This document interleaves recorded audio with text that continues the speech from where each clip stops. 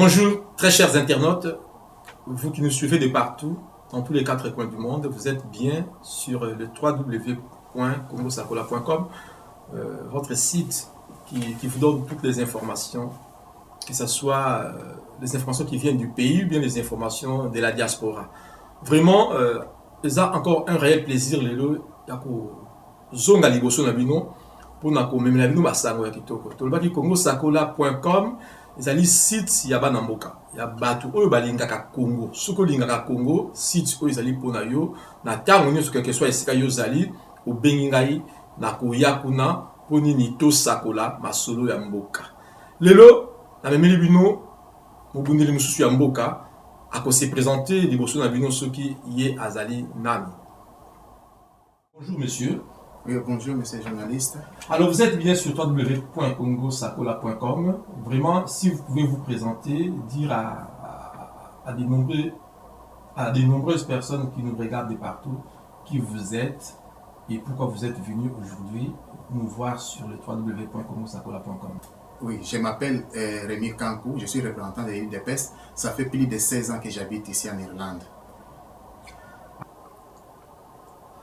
Alors, monsieur Rémi Kankou, vous êtes présenté comme le président de l'UDPS en Irlande. Mais si vous tout ce qui est international, on va parler de l'UDPS d'une manière générale. Et j'espère que la prochaine fois, au Kozo, un peu UDPS ici en Irlande, parce qu'à peine en Irlande, alors, une autre chose encore, dans le bac qui est émission que vous allez pour une large diffusion, émission que vous allez bilingue, on va parler en français et en lingala. On a battu, vous allez partout, dans tous les quatre coins du monde entier, pour l'anda émission malam. Au début, vous allez président de l'UDPS en Irlande. Représentant de l'UDPS en Irlande, donc président fédéral de l'UDPS en Irlande. Ah, voilà, c'est ça, parce que représentant. Oui, oui, non, c'est la oui, ça va aussi. Ça ok, va. Merci beaucoup. Donc, le lot actualité oblige, hein, parce que l'UDPS, c'est quand même un grand parti de notre pays, ou bien que vous allez président de l'UDPS en Irlande, mais le lot, Nalingito, l'Obela Penza Mingi, UDPS d'une manière générale, UDPS internationale. Makamu ONU, c'est-à-dire que les Kanamboka pena diaspora concernant partie UDPS. Et ce qui est dérangé, nous en avons besoin une prochaine fois aux zones à côté de la UDPS Nakatia Irlande parce que Makamu Zami Giakoloba Nakatia Irlande. Alors, vous allez président, il y a UDPS na Irlande. Comment va le président élu? Parce qu'on ne peut pas parler de l'UDPS sans parler de son icône, de son président, qui est M. Etienne Tshisekedi. Comment il se porte? Oui, le président Etienne Tshisekedi se porte très bien. Oui, il se porte très bien. Il est en forme et il travaille comme il le faisait aussi au pays, dans son bureau précisément à Bruxelles. Mais vous savez bien que M. Etienne Tshisekedi, à part le jour il y a 33 ans anniversaire, vous êtes persuadé que aux autres Congolais, partout, que le président se porte bien? Oui, le président se porte très bien. Oui, les Congolais monaki parce que j'ai qui na média ya libanda ou na média na bisomoko ya Congolais et nenga ya qui anniversaire si je me rappelle bien c'était le 21 février un samedi na Bruxelles c'était na Grand Plaza Palace place oyo ayaki osala ba Congolais na ba combattants ba membre ya UDPS surprise. Et puis à s'adresser à qui na peuple congolais presque plus de 12 ou 15 minutes pour nous remercier Bango et puis qu'on passe à un message moko oyo ba congolais va des chiffres. Où tu comprends que le président se porte bien, santé Naizali na santé mo kitoko, mais tout récemment toujours Moutunabino Albert Moleka azoko le kalba différents médias pour na kolba que santé à vieux et zali malamuté. Yo moni na makamwa. Réaction na ko zalani. Vous savez, peuple congolais, Azali témoin. Le 21 février 2015, l'anniversaire est parti à Bruxelles. Peuple congolais a monaki président Etienne Tshisekedi. A monaki président Etienne Tshisekedi a s'adressé à qui na peuple congolais. Moi qui vous parle, nazalaki na séance à travail na président Etienne Tshisekedi, na collègue représentant Oyo, il y a Canada, M. Marc Capin, et puis na collègue oyo il y a Suisse représentant UDPS na Suisse monsieur Pascal. On était avec le président. Quand moi les vous dit ces histoires là passe na ba média nyons qu'on a koloba makambo ango. Les peuples congolais doivent toutefois se demander ba mona kateke mukolo ou bien moi na muke kutu kolega mukolo azal neti ba 20 ans azobela ma malade mi oyo ezali impossible. La majorité d'entre eux là bazobela ba diabète na ba niveau moko ici les cas. Yemo le qu'est-ce qu'il vient faire ici na poto wa irrégulièrement akenda na Suisse ko sala nini? Ko sala sa dialyse. Chez moi, ici en Irlande, mon voisin, nangai presque, Azalina 93 ans. Na koki kosala na ina, na kosala na yebok 5 jours. Donc, moi le katika babilo kwa azolo bawana, to yebi bien, c'est un traître, azo mérité, na ba effet nyonso, azo sala, pour na intérêt à peuple congolais. Peuple congolais, ba apporte même coup de prison. Azana place de na milieu peuple congolais. Compte tenu attitude na ya trahison. Na moment où yo crucial, où yo peuple congolais azoluka que babitobi mana crise oyo tozana nango jusque maintenant. Il y a le président au monsieur Tovotaki. Moi personnellement, on a dit que c'est notre président élu, donc on ne peut que lui souhaiter des très bonnes choses. Tolobeli est le président élu. Maintenant, comment va l'UDPS? L'UDPS est d'une manière générale parce que ces derniers temps, Toyoki UDPS est nabangouema nango habituel ti makamumi geuti koleka. Oyo là que ça vraiment que l'UDPS a soumis des habitués. On a tout new. Est-ce que comment va l'UDPS? Non, l'UDPS c'est pas très très bien. Bon, comment pourriez-vous dire ça? Parce que tu as dit que l'UDPS n'a pas les Akanango, n'a engouement à l'UDPS. L'UDPS, à mon avis, n'est plus les Akanango Liboso parce qu'il s'est passé beaucoup de choses quand même dans le Bokanabiso. Ils ont l'UDPS s'est porté bien. Déjà, évidemment, le cas qui na Congo le 19, le 20 et le 21 janvier, tout le monde qui est UDPS Penza à l'Obakini TP a activement partie prenante de 1 et de 2. Dernièrement, tout le monde a qui M. Moleka qui fait partie de l'UDPS aussi, à l'état qui est en France 24, à l'Obaki, il a même conjugué le président Etienne Tshisekedi n'a passé. Donc, dans ma camus sur toi, et à part ça, pendant que c'est la élection et ça en 2016, il y a le calendrier électoral déjà qui tout récemment, tout le a exprimé sous main, tout le monde qui est le président national a outil la sous dialogue, alors qu'il est déjà dans l'élection, vu déjà calendrier électoral, le président a eu un dialogue. Donc il y a 3 points à mon avis qui ont fait. Oui, même qu'on a 4 points. Bon, ma point qu'on a cité et qu'on a dit que l'IDPS s'est porté bien, contrairement à Nicambio Lobby. Et ce qui n'a pas eu qu'au premier point, où le lobby a événement où il est le 19, le 20 et le 21 janvier. Et dans la manifestation, on est seulement qui na Congo. Bato ya IDPS bazalaki soki otali na ba étudiant oya Unikin na USC sur 24 novembre et puis presque partout ba combattants ya IDPS bazalaki mobilisés au komona même ba drapeau na bango même Tinagoma ba combattants ya IDPS bazalaki. Donc malheureusement message oyo bandai koleka na ba peuple congolais ba bandai ko sengande Kabila dégage. Mais, oyo, yakinde na bit mususu. Fayulu, kamere, bango. Fayulu wana, na kamere, bango, bazalaki kouwe mettre ne mokote na peuple na biso. Peuple na biso abimaki. Kabila dégage. Kabila dégage. Malheureusement, bango yakinde na bit yake, touché na loi électorale. Article 8. Article 8, alinéa 3. Mais malheureusement, au moment où je vous parle, permettre kinde Kabila a glissé mandat naïe.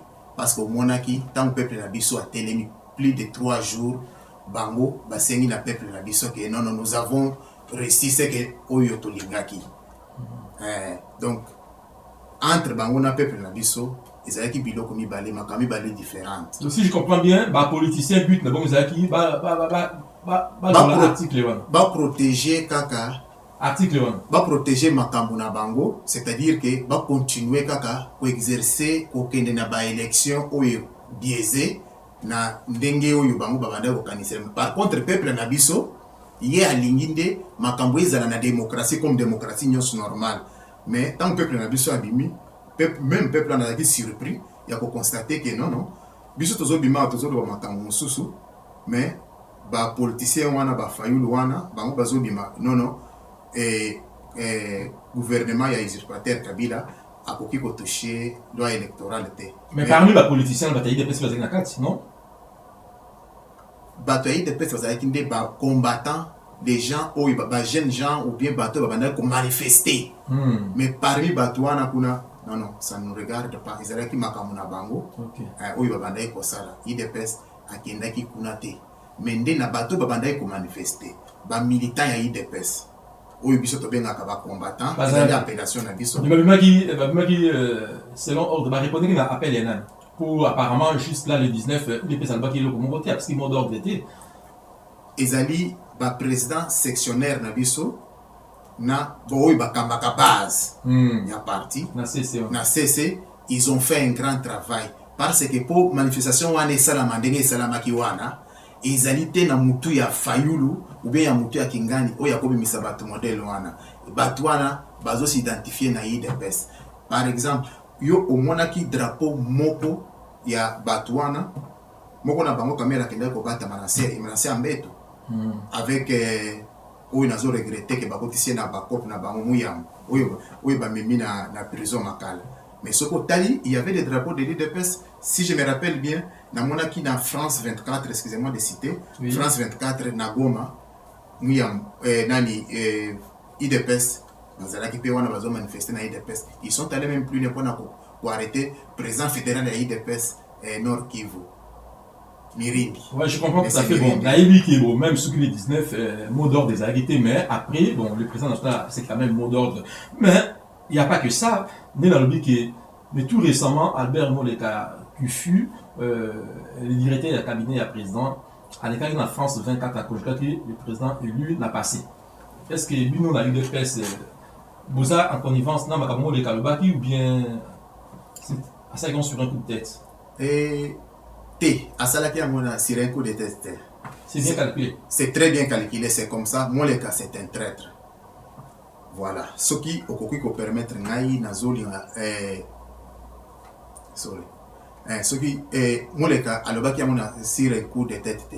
Mais attends, Moleka, Azal directeur du cabinet il y a national. Et pendant plusieurs années, il m'a dit le droit président, tu sais que la Commune a travaillé à traître pendant plusieurs années. Et à combien traître bien à la traître maintenant qu'elle a combien traître c'est quoi? Ngai na koki kolobaki na élection il y a 2011, moi-même j'avais vu devant la parcelle du président ba combattant ba militant IDPS ba lingaki batumba kutu voiture ya Albert Moleka pour nini pour trahison na ye makambo e bandai ko salama compilation ya ba résultat ya parti oyo bandai ko sama na payote na résidence ya président Moleka communiqué ba résultat wana na batu ya malumalu na monaki ba combattant libanda spontanément balingaki batumba voiture ya Moleka. Si je me rappelle bien, c'était une voiture marque Toyota A26 oyo tozalaka na noa oui Moleka n'a pas commencé ko trahison na ye lelo. Ce qui vous se rappeler tant que président Denis Sassou Nguesso oyo ya Congo Brazzaville a invité qui homologue nae son grand frère Dr Etienne Tshisekedi pour bakene okuta na Congo Brazzaville.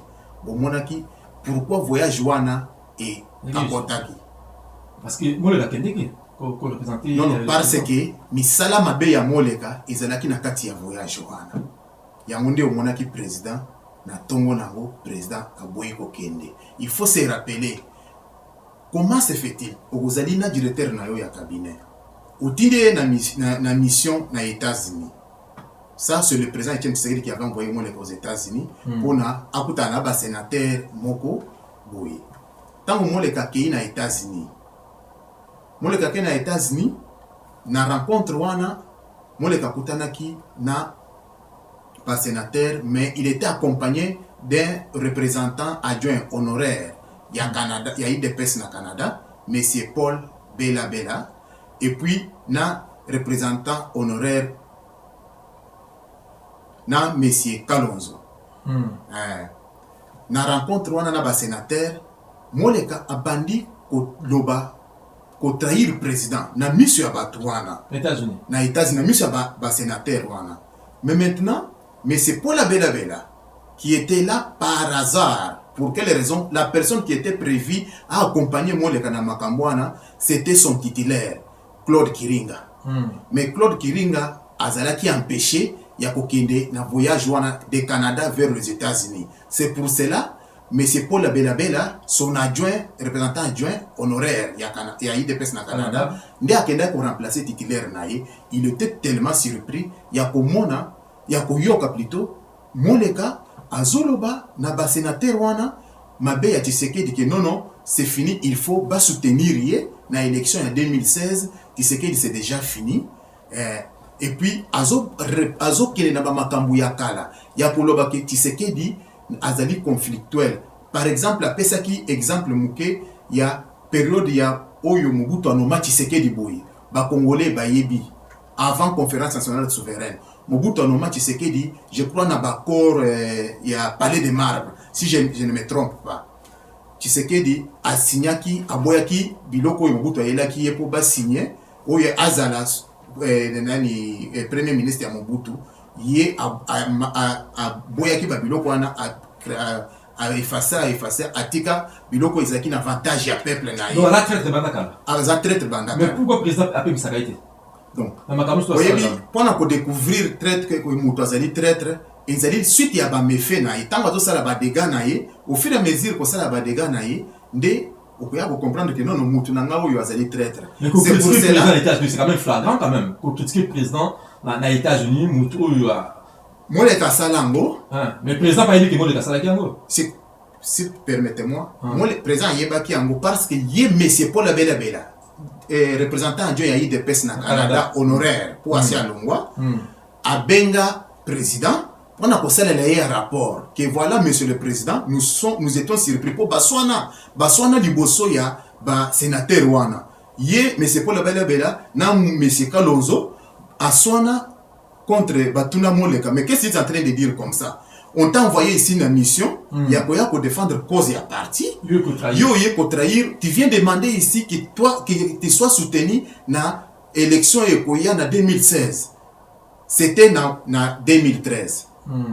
Na début octobre. Mais il faut que c'est beaucoup grave quand même. Oui, maintenant tant que Moleka sali lokwana pour le Bela babomba ki na secret. Babomba qui n'a pas secret parce que complot ezali munene. C'est que moi j'ai toujours appelé coup d'état monté banqué. Babomba secret wana. Tant que pression est l'équipe, pour moi, il y a des personnes qui ont raté. Les gens peuvent toutefois dire tout ce qui est bazo kanisa, mais un jour, moi, les cas où il y a mes invitations. Oh, il y a un sénateur on a qui est présent une fois qu'il est aux États-Unis, si je me rappelle bien, le 16 février, il y a 2014. Mais moi, les cas où ça la surprise, moi, les cas où mes invitations, le 16 février. Et oh, monsieur le président, voilà, j'avais eu ton invitation pour aller aux États-Unis. Rendez-vous, rencontre déjà prévue le 16 février. Vous vous rendez compte? À ce moment-là, tu sais que tu pouvais faire quoi? C'est ma faute grave. Papa, j'arrive. Tu sais, quand le président a su cela, c'est un homme politique à Yebi. Ce n'est pas la première fois à se retrouver dans la condition modèle wana il y a traître modèle wana président il y a un à boyaki kokende kuna alobi yo moleka retourne encore na États-Unis il y a un de omona ki moleka tant moleka zonga na États-Unis soki bolanda ki yepe na ba internet awa asala ba déclaration quelque part soki bolandi be ba déclaration wana ezaki déjà na tendance oyo zo mona zo afficher lelo pona ko sala acte moko immoral na lopango ya président. Quand? Avant? Ça a commencé depuis 2010. Avant les élections? Avant les élections. Moleka avait réussi à introduire na cercle familial restreint. Il y a président Etienne Tshisekedi, une fille dont on croyait que Azali membre moko ya famille ya président. Mais nous avons membre de. Azali na membre de. La fille là, Moleka bandi ko abusé na ye, c'est par là Moleka bandi ko toutes les informations. Quand Moleka passe sur France 24 pour dire que il s'est passé un incident que lui qualifie incident familial et consort. Moleka doit dire vérité au peuple congolais. Il avait posé un acte d'immoralité, na kati ya lopango ya président. Ce n'est pas pour rien les combattants oyo baye ko bengana ye na lopango ya président. S'il il est sérieux, que Moleka passe devant les médias pour dire ce que lui appelle. Mais malgré l'acte qu'il a posé, mais oui. Le président Outika a continué. Non, Moleka va envoyer sa lettre de démission. Oh, il va tenir sur monaki, mais non, comme par magie, Moleka abimi après leur voyage à tourisme na États-Unis, abimi azo s'agiter que non, il faut retourner page à président. Donc c'est ça, Moleka doit dire la vérité au peuple congolais. Mais quand Moleka est en France 24 pour allober la président au passé, elle est en qualité ni. La qualité n'est personnelle parce qu'on ne peut pas interdire quelqu'un de s'exprimer. Donc chacun est libre de s'exprimer. Non, depuis cette période-là, Yemoko il avait même reconnu, il avait même envoyé une lettre de démission sur, si je me rappelle bien, quelque chose comme ça. Oui, il avait envoyé lettre naïe à démission. Naba média ba 7 sur 7, batnyo se batanga lettre wana. Mais tant bazo ya koleka na France 24, parce qu'on connaît bien ce qu'il est en train de faire, parce qu'il a soutenir Kengo Adondo. Ozo se rappeler, tant bakendaki na États-Unis. José Makila naye bazo soutenir ce qui nani Kengo Adondo. Fallu ko proposer Mukwege, c'est ça non? Au même temps, mais c'est Fallu proposer Mukwege. Ozomona quelle qualité ya ba politicien congolais. Moleka a tout proposé Kengo Adondo. Quelle qualité ya ba politicien to na bango na Congo. Ye Fallu le temps azo proposer docteur Mukwege. Lui avait consulté docteur Mukwege. Mais ce n'est pas longtemps. Hier, docteur Mukwege a déclaré quoi? Il ne connaît même pas ces messieurs-là. Mais c'est un homme politique. Pourquoi pas il ne veut pas se prendre en charge, prendre la décision que non, maintenant, je suis leader, je dois aller aux élections Monsieur Rémi, tu comprends parce que il y a un point où tu as abordé, il y a des va-et-vient, il y a politiciens congolais qui sont aux États-Unis, bien sûr, mais dans les zone on a eu des personnes parce que l'UDPS va mieux. Il y a un moment la déclaration de la France 24, mais aussi tout récemment, le président élu lui-même a relancé le dialogue. Pendant que le peuple congolais va jouer l'élection, calendrier électoral, le peuple congolais, dans sa majorité, va jouer l'élection en 2016. Mais ce qu'on a tant de s'est lancé dans l'élection, le président élu habite toujours dans le dialogue national. Qu'est-ce que toi, au cours de la bataille? Nakosenga na peuple congolais, Oyo Ayebi Tshisekedi très bien. Président Etienne Tshisekedi très bien. Et président Etienne Tshisekedi atikala koloba likambu Oyo asi ayebi déjà presque finalité nango suite nango. Ce qui te se rappeler na 91 pendant période il y a Marshal Mobutu, il y a conférence nationale. Président Etienne Tshisekedi a bandai ko senga conférence nationale souveraine. Mais il y a un père, Bango Bandayi Kolinga, conférence constitutionnelle. Mais à la fin, comme président, Azalaki côté ya peuple, président Etienne Tshisekedi, finalement Mobutu a fini ça qui Kondima, conférence nationale souveraine. C'est la même chose aussi même avec Laurent Désiré Kabila. Quand il est arrivé, Bitumbeye Kobima en 98, il y a RCD Goma. Président a senti bien que Congo ils allaient dans danger parce que le président Etienne Tshisekedi a militaka pour l'intérêt du peuple congolais, pour venir au Congo, a sali tourner dans le monde, pour Kolinga, pour yebisa ba belligérant, ba we ba memaki minduki. Est ezalaki RCD Goma, na nord na biso est ezalaki MLC ya Jean-Pierre Memba. Et puis Kabila bana ko kanga ba mieto ya zalaki nango autour ya Kinshasa na Bakatanga et consort. Mais finalement Kabila alingaki koyoka eloko wana te. Mais finalement communauté internationale est fini ça qui kondima que non Tshisekedi a raison, il faut to ben sabatu nyonso parce que Congo et ko panza na Congo et ko sala crise et ko continuer et ainsi de suite. Yango ndio mona ki ba makamona bango ya ko bimisa 1 plus 4 ba combine consort. Malgré cela, pouvoir ya exécuteur oyo muto azana pouvoir actuellement na Congo Kabila. Bomoni bien. Tango ba corps cadre ya Addis Abeba. Oyo ezalaki parrainé par l'ONU. Et ça la mis suite ya bitumba moko de toutes pièces ya Est ya M23. Ba sengaki que non il faut ba Congolais ba sala dialogue entre Congolais. Mais Kabila s'est entêté. Aye pour ça la concertation nationale. Mais bon mon fruit de concertation nationale et bota ba débaucher ba tout de gauche à droite ba comment ba ministre et consort la crise là de légitimité ils ont continué kaka. C'est pour cela quand le président demande le dialogue azo senga dialogue wana entre Congolais parrainé par la MONUSCO donc la communauté internationale des États-Unis et puis supervisé na MONUSCO na église catholique de façon to trouver solution na crise il y a légitimité aux alliés na mboka na biso. Comment nous pouvons aller aux élections? Makambo yelikaki na élection il y a novembre le 28 novembre 2011 tilelo ils ont continué kaka na mboka na biso les mêmes acteurs oyo basalaki ke baboto le peuple congolais pouvoir naï se sentait bazoni comme le pouvoir organisateur ya ba élection pour amener encore ces mêmes peuples là na ba bêtise na bango. C'est pour cela président Etienne azo senga dialogue wana peuple congolais ayebi président tango lobaka makambo ezalaka na intérêt naï. Mais là la question on a posé au monsieur Rémi Kankou donc président élu quelque part à rejoindre groupe il y a patriote le vote apparaît au bazar contre élection donc cela veut dire que le président négocier un dialogue à croire sous la campagne élection président pour élection ça la manambo canabiso il faut au moins qu'on revoir ba makambo ebele na potanga 2 ou 3 entre autres comme la commission électorale indépendante. Vous croyez que kaka muto ya zali na mutu ya commission électorale indépendante monsieur Malumalu wana c'était la même personne azalaki na élection en 2006. Bon mona ki denga salaki élection en 2006 bitumbe mimaki na ville ya Kinshasa pour la première fois. Ba congolais ba kufa ebele.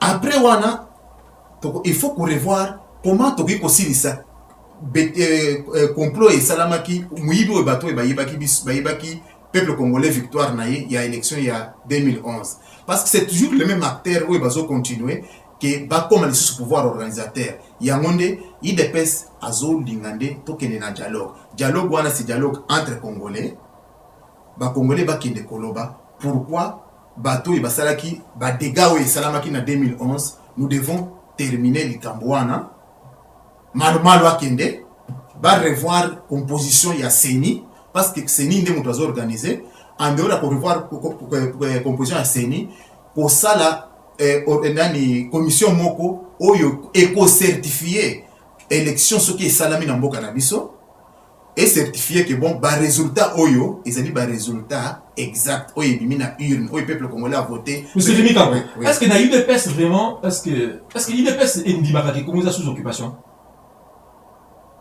UDPS est ndimaka vraiment que actuellement ba parti sur diriger mboka la chose parti ba paya.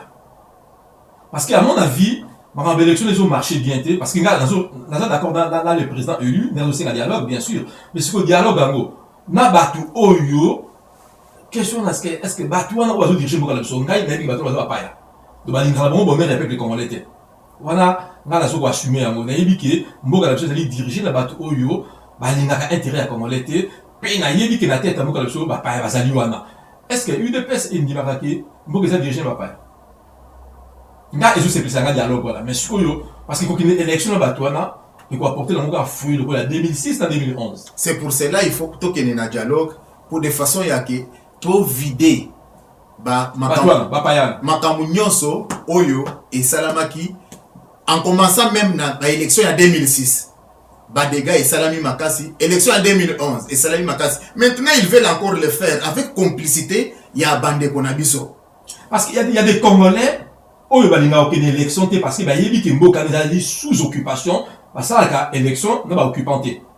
Non moi je peux dire ceci si aujourd'hui l'IDPS réclame azo senga dialogue wana entre Congolais to yebi force ya ba Congolais si tu crois réellement ba Congolais ba fandi place moko toko s'identifier Congo Sakola ezali seeds oyo etiaka mobali na monokoti biso lobaka makambo ndenge ezali biso tobengaka chat nayebi te soki omoi ndenge place wana dialogue ekozala bacongolais entre congolais, c'est-à-dire IDPS na ba force ya changement, et puis quand il y a ba usurpateur oyo ba peuple congolais ba occupant peuple congolais pouvoir naye on a koyebisa bango en face en les regardant dans les yeux que botika mbala oyo soki na intérêt ya mboka na biso tokene na ba élection libre et transparente apaisée,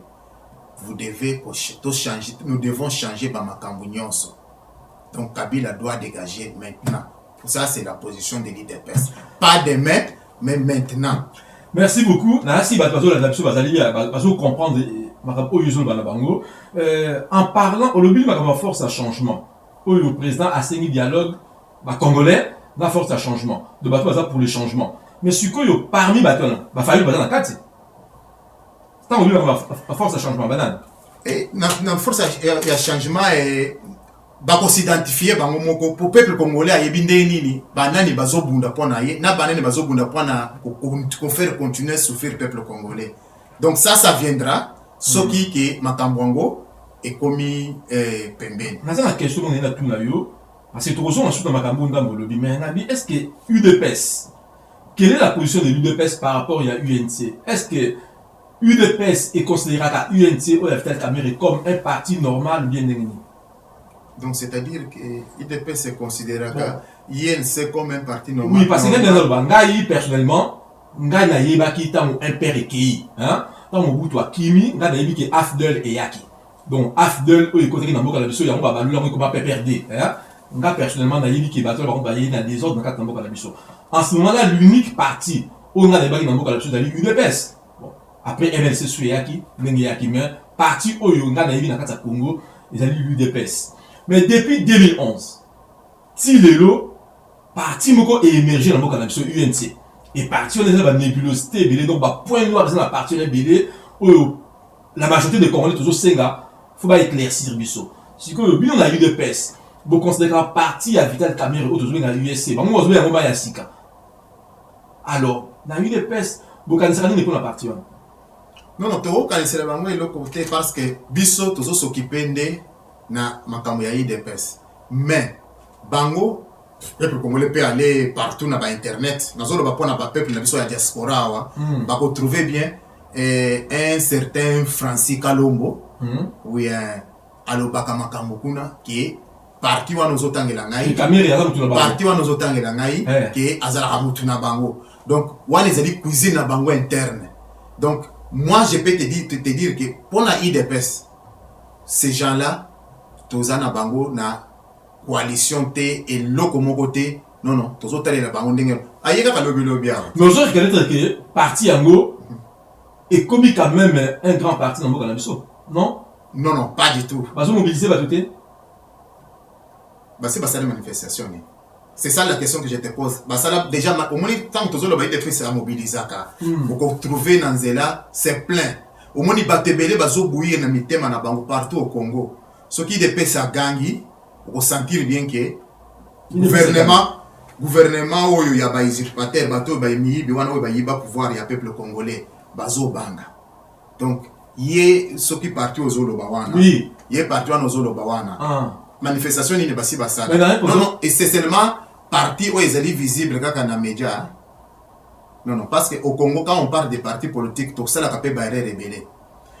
Et je pense bien aux hommes maîtrise professionnalisme nayo nandeng ozolo ba IDPS parti à monene là je suis d'accord avec vous mais na kolinga ko lakiselo komoko na Congo tozali na plus de 400 partis politiques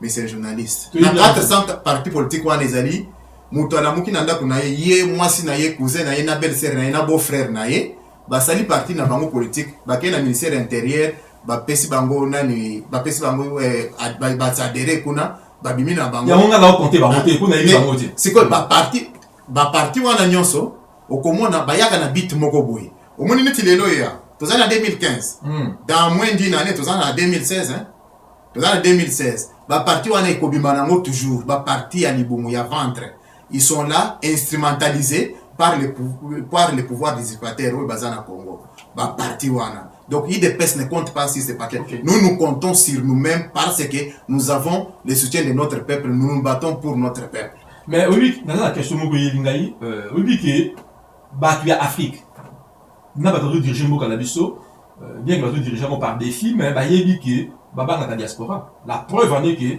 la revendication de ça la diaspora et comme il ça ba mukuna. Alors parti on a auto aujourd'hui on dans la Congo la diaspora même surtout en Irlande parti on a il dit quand même qu'on émerger. Il m'a dit qu'on émerger, on a posé quelques questions est-ce que UDPS par rapport à parti parce que un gars il peut partir bon à considérer dans la moitié. Malgré ma clé, les pays basés ça, la considérer. Personnellement, gars il a avoir un clair, gars bon makati. Gars dans le milieu du village qui, gars va t'amener les alliés. Parti maintenant et bandiko tiens ma télé partout dans le monde entier, même dans le Irlande, dans la diaspora, ceux qui connaissent pour mobiliser, mais gars dans sûr que parti on a en Europe pas comme mobiliser, bah toute raison pour laquelle gars a posé aux questions. Est-ce qu'il y a eu de est-ce que besoin que parti on a au boti parce que type on a azolo va bien. Azolo tiens ma télé belé. Effectivement, les loyaux type on a même la connaissance. C'est là où il faut maintenant se poser la question. Les lots combien il y a bateau ou bien combien il y a parti politique oyo il y a normal oyo bazana Congo oyo bazana un accès na média sur place na Congo par rapport il y a groupe wana ya mutwana zolo bawana donc il y a combien de partis oyo bazana un accès wana okomona ya koki koloba naye mais baninga soki bake koloba bakangi bango. OK, je comprends tout à fait. C'est là maintenant pour comprendre makambo ya Francis Kalombo oya lobaka ke Azamutu na ba. Donc yozo lobaki président est parti à l'UNC, azali nous a perdu. Le parti on a yeka parti pour la camoufler. Là c'est par là il faut se poser aussi la question Mukando ya komaka pourquoi j'ai choisi Kabila. Il a déjà expliqué au peuple congolais que pourquoi j'ai choisi Kabila. Kabila on a bakité ya bongo motema. Papa babongo la motema ndenge wana. Donc yo obongoli motema parce que ozalaki aveugle ou bien ndengeni. Donc ozoboyo le baki président parti na zane kaka le baka parti na UNC na PPR bazaka butu moko c'est ça. Bazaba butu moko il faut voir ses attitudes. Il faut voir sa façon de se comporter vis-à-vis de notre peuple. Par exemple, manifestation il y a des gars qui na Kinshasa 19 20 21 janvier. Les messieurs là azalaki wapi? Bakanagi. Bakanagi mo était hein. Moto oyo bazalaki na yé akena makala. Oui, mais yakete. Akena makala. C'est là où ici le peuple congolais faut se poser la question. Au moni tous à la au moins pena habitude ya kotanga pe mingi. Koyeba pe histoire na biso bien koyeba ba événement et cas. Par là nazo on réfléchir au moins peuple congolais bande ko ba kolanda biso. Na ba élection en 2006. Balingaki ko voter gouverneur ya ville de Kinshasa. Il y avait batu ya PPRD na batu ya opposition non na kati ya batu ya opposition ils ont candidat moko ya parti politique ya Jean-Pierre Mbemba MLC mais traître moko abima na kati ya opposition cet traître là c'était qui Fayulu yende mutu apesa voix pour na ko voter nani Kimbuta za lelo na pouvoir c'est grâce ya na mutu ya gouverneur ya province Kinshasa capitale Nicolo ya Fayulu. Fayulu doit dire ça au peuple congolais. Nengini Kimbuta comme gouverneur. Parce que non, c'est lui qui avait donné ce qui a fait sa voix na été. Kimbuta n'est comme gouverneur, c'était membre il y a MLC n'est comme gouverneur. Ba congolais to linganité. Les lois zobima net mutu moko, omoni nyoko nguma. Nguma so qui a mêlé lo. Hein? Akenda ko batama quelque part pour un moment. Azela biloko on est pour la libumusima so assez régénérer. Donc c'est ce que Fayulu est en train de faire. Donc là c'est terrible parce que Kimbuta mutaba donné il peut donner il va faire ça c'est qu'il va point. Na ko ko lobande ngwana te ezali des missions. Sozo on a taba sorti na médiatique ya zobima de gauche à droite na extérieur. Ba pes bazo ele la nini. Ce qu'on l'a dit bien. Mais c'est Frank Djongo. Alobi makambo zo ele makambo ya $500,000 américains. Yena kamere. Aussi on a Fayulu abimi quelque part na ba sorti na union parce que ce qui n'est de l'eau bako selinga likambo. Normalement ndenge nazali liboso na yo je dois toutefois koya na kolinga te likambo na eleka il faut na se justifier pas na yo même si toi tu me poses pas la question je suis condamné ya koloba que non s'il te plaît j'en profite na opportunité on nazanango n'a expliqué pourquoi bazolo banangali comme moko boye. C'est ce qui se passe avec Fayoulou. Fayoulou bon a 500 000. Bazo bunda yena kamera yamunde bazo bunda nango. Fayoulou est allé aux États-Unis na groupe makamuna mamba ke na États-Unis. Akendaki na saka ya nani. Ya Ruberwa. Même comme Nadine Bakeko se retrouver na Atlanta kuna. Oye bakutani akina nani na gouverneur d'Atlanta. Yomonaki autour ya Rubero na Fayoulou, il y avait d'autres Congolais. Donc Bakilana Bamususu. Donc makamo oyo fak yo ngazolo bado a raison. Donc Fayoulou a dangereux. Parce que c'est zo mona nati. Ah, c'est zo mona na moni soki balobi na yo le kambu. Vous allez pas na droit ya koloba mais tant oya ko trouver la même personne au lieu à loba mama kambwana azokima kokene même kolokela docteur abatu mukweko afandi kuna na Bukavu kuna atosala musala moko louable ya kwede ba mama na biso bazo violer côté wana yo ozaka na una Kinshasa wa oli Fayoulou afanda na ye na makamu na ye il est soi-disant un homme politique un leader ya parti na ye azo bimate azo kokate koloba kete moi je vais bien me présenter na élection présidentielle l'année prochaine non azo kende koloba non pour moi j'avais proposé aux Américains pour la transition au cas où non même pour la transition il faut s'assumer c'est ton pays quand on fait la politique il faut qu'on appelle qu'on assumer makam oyo avenir yo parti na politique c'est ligaka abande ko tourner ko nda koloka ba $500 $500 oui Fayoulou a proposé Mukwege José Makila a proposé qui Kengo mais à ton avis comment expliquer au peuple congolais jeune niveau de 481 il y a pas faille vient opposant aux États-Unis pour ça la proposition à ton avis oui bien ba croire que peuple congolais azali naïf. Vous avez noté qu'en Boka Libanda, mais Babosani, la légitimité, peuple congolais a azana de Kambwana na Maboko na Bamonaki Bangmoko Bamonaki exemple, il y a 19, 20, 21.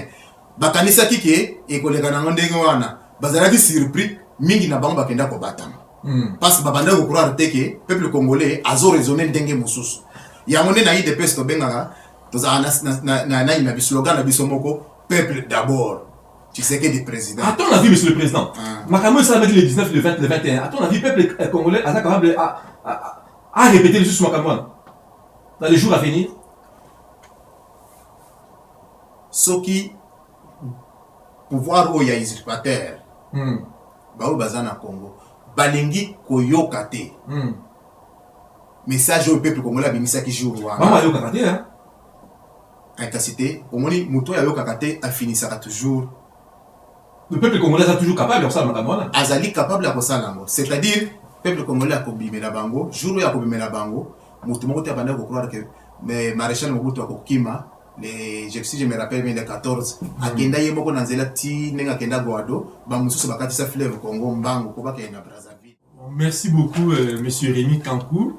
Vraiment, tout comme presque la souka émission na biso na évité ba peuple congolais bazo ko landa yo en direct qu'il y a www.congosakola.com bazali partout dans le monde entier les kamuni ya souka pena oyo ko ko bana bango bango ko retenir na passage na Congo Sakola na ligne ko senga na peuple congolais ba continuer ko pesa président Etienne Tshisekedi confiance ndenge ba pesa kaye toujours ba yebi makambu oye asalaka soki alobi likambu wana et finissera toujours ko salama donc côté wana nazana inquiétude mingité parce que Tshisekedi azali président ya ba congolais ba pesa kaye confiance ko ba yebi ke ye azali mutu oyo akobimisa bango na crise oyo et oyo ezana mboka na biso.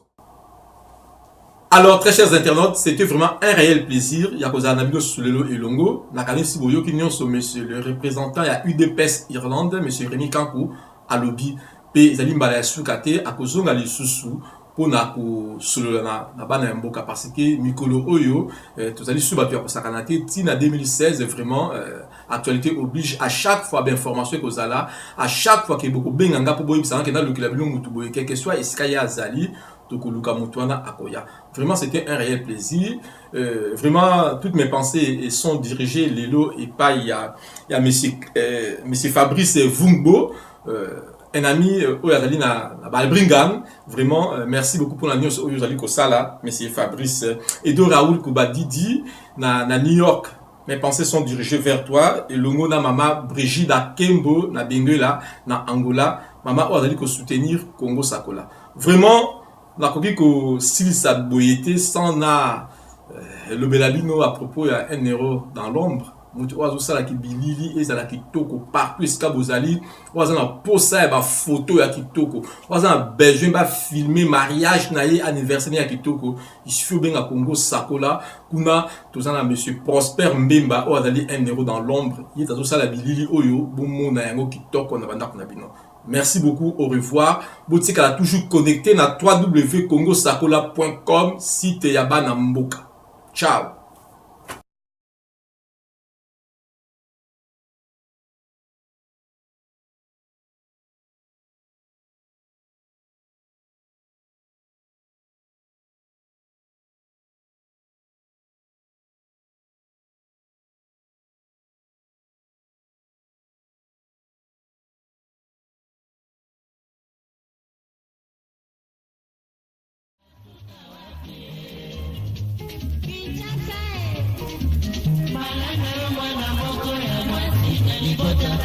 Papa